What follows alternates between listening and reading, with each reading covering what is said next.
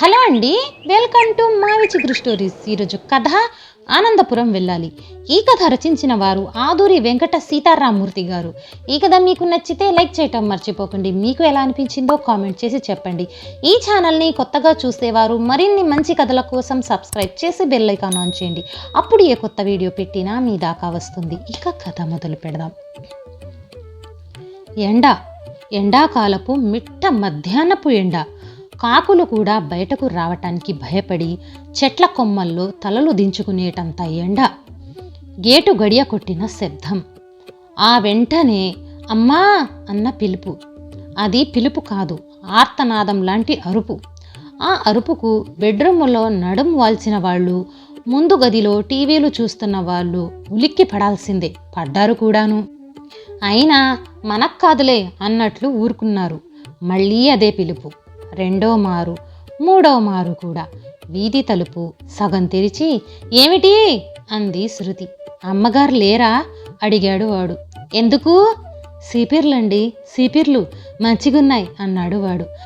అక్కర్లేదు, ఉన్నాయి అంది శృతి. మంచి సీపిర్లండి, పెద్ద పెద్ద కట్టలు, చవగ్గా ఇచ్చేస్తాను అన్నాడు వాడు. అక్కర్లేదని చెప్పానా? పడుకున్నారు, గోలచేక వెళ్ళు విసుక్కుంది. అమ్మగారు ఎప్పుడు నా కాడే కొంటారు, మంచి ఉన్నప్పుడు తెమ్మంటారు.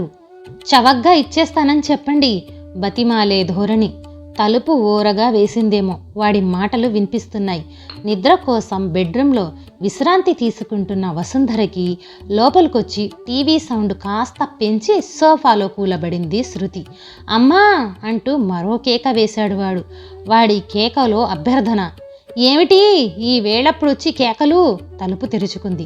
సీపిర్లమ్మా, సీపిర్లు, పెద్ద పెద్దవి, మంచి కట్టలున్నాయి. వద్దు, ఈ మారొచ్చినప్పుడు కనబడు. పొద్దుటి నుంచి తిరుగుతున్నానమ్మా, బోణీ లేదు, చవగ్గా ఇస్తాను. వాడు గేటు పట్టుకుని కదల్లేదు.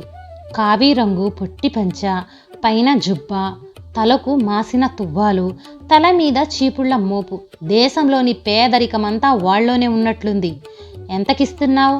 వాడు నవ్వాడు. తీసుకోండమ్మా, మీకు తెలిదేంటి? గేటు తీసుకునొచ్చాడు. అనుమతి దొరికింది అన్నట్లు. నాకు తెలీదులే, చెప్పు. మీ కాడ బేరం ఎందుకమ్మా? కొండ సీపిరి 20, కొబ్బరి సీపిరి 10. అలా రెట్టింపు ధరలు చెప్తే ఎలా తీసుకుంటాను? అక్కర్లేదు, వెళ్ళు అంది వసుంధర. అలా చేస్తే ఎలాగమ్మా? అది 15, ఇది 8 ఇచ్చేయండి.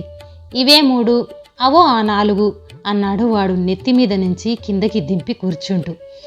కొత్తిమీర కట్టలాగా చిన్న చిన్నవి కట్టావు. పైగా ఎండవేళొచ్చి బేరాలు.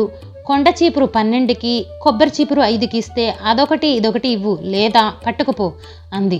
వాడు మరొక్క క్షణం మౌనంగా ఉండిపోయి, దయగల తల్లులు, మా కష్టం కూడా చూడాలా? బస్ ఛార్జీలు కూడా రాకపోతే మావెలా బతకాలి తల్లి? కిడితేనే ఇయ్యి, లేకపోతే పట్టుకుపో వెనుతిరిగింది వసుంధర. తీయండమ్మా, కొబ్బరి చీపురు 4 తీసుకోండి, పొడావు కట్టలు అంటూ అక్కడ పెట్టేశాడు. అదొకటి ఇదొకటి చాలు, అలా వెళ్ళి పెరట్లో పెట్టిరా అంది ముక్తసరిగా. అయిష్టంగానే వాడు 2 కట్టలు తీసుకుని పెరట్లో పెట్టొచ్చాడు. ఆమె ఇచ్చిన డబ్బులు అందుకొని కళ్ళకద్దుకొని చిక్కంలో పెట్టుకున్నాడు. ఈ సీపుర్లు కూడా ప్లాస్టిక్వి వచ్చేస్తున్నాయంట, మాలోంటెల్లా బతకాలో ఏంటో అంటున్నాడు వాడు మిగిలిన చీపుర్లని కట్టకడుతూ. నిజమే, వీళ్ళకన్నీ తెలుస్తున్నాయి, కానీ ఏం చేస్తారు? ఈ కొండ చీపురే డిపార్ట్మెంట్ స్టోర్లో అయితే పెద్ద కవర్లో పెట్టి టేగు కట్టి 25కి అమ్ముతున్నారు. వాడు వీధి గేటు వేసెళ్తే తలుపేసుకుని లోపలికి వెళ్ళాలనుకుంటుంది. అమ్మగోరు, ఆకలేస్తుంది, కాసింత గంజైనా అన్నమైనా ఎట్టండమ్మా అంటున్నాడు వాడు. కడుపులోని మంట కళ్ళల్లో నుంచి జాలిగా ఎగుస్తుంది. ఈ ఎండవేళప్పుడొచ్చి ఇదొకటా? అయినా ఈ రోజుల్లో పట్నాల్లో గంజెవరు వారుస్తున్నారు? పొద్దుటి కాడ్నుంచి ఏటీ తినలేదమ్మా, దానికి సాయం ఎండొకటి. ఎక్కడి నుంచి వస్తావు అడిగింది. అదెక్కడా? మా ఊరు ఆనందపురం, బస్సు టికెట్ 8 అన్నాడు వాడు. రాను పోను 16 రూపాయలా? ఈ చీపుర్లు రోజంతా ఎండనబడి అమ్మితే ఎంత వస్తుంది? బస్ ఛార్జీ పోను, ఇంటికెంత పట్టుకెళ్తాడు? మరో ప్రశ్న వేస్తే వాడి లెక్కలన్నీ చెప్పుకొచ్చేలాగా ఉన్నాడు. పని మనిషి కోసం ఉంచిన అన్నం పులుసు ఆకులో వేసి ఇచ్చింది.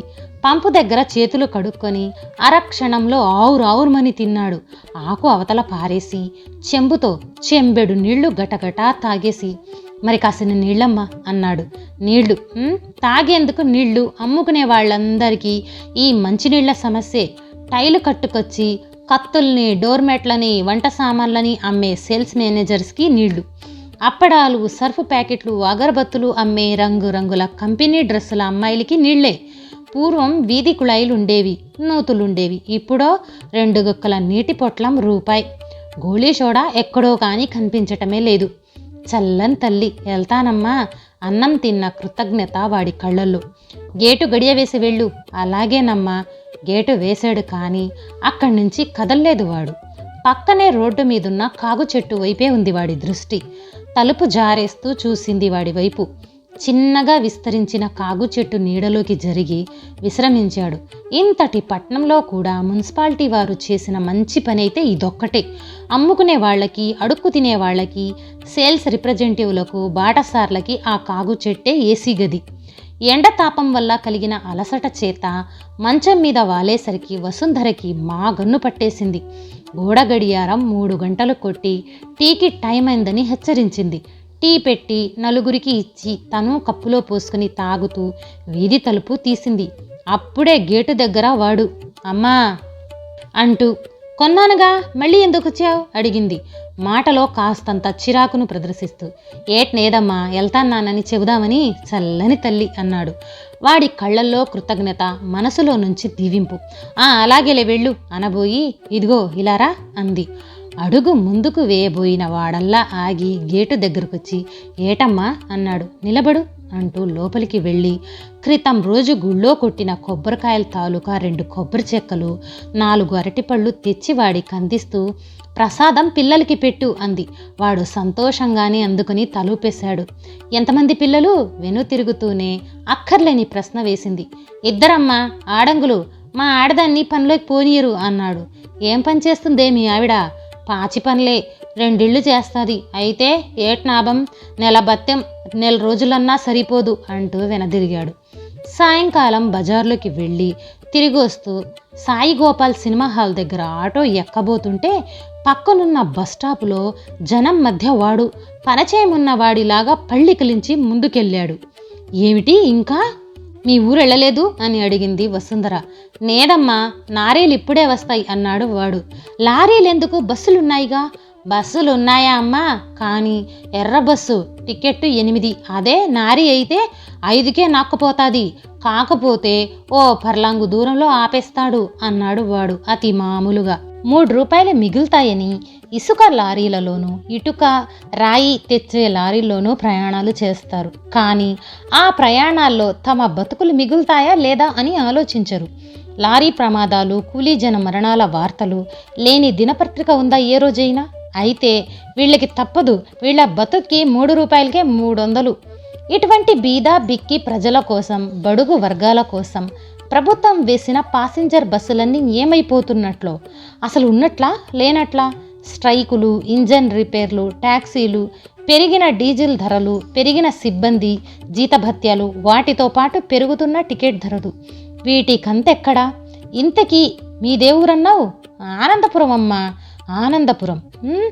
ఆకులమ్మేవాళ్ళు, అరటి పళ్ళమ్మేవాళ్ళు, ముగ్గురాళ్ళు, చీపుర్లు, తాటి ముంజలు అమ్మేవాళ్ళు తెల్లారి లేచి ఎండనక వాననక ప్రయాణించి పట్టణ ప్రజల్ని తమ సంపదతో ఆదుకుంటున్న చిన్న వ్యాపారస్తుల ఆనంద నిలయమైన ఊరు, కష్టజీవుల ఆనంద నిలయమైన అది. చూడాలి వీళ్ళ జీవితాల్లో ఎంత ఆనందం ఉందో. ఆ ఊరెళ్ళి చూడాలి, ఆనందపురం వెళ్ళాలి అనుకుంది.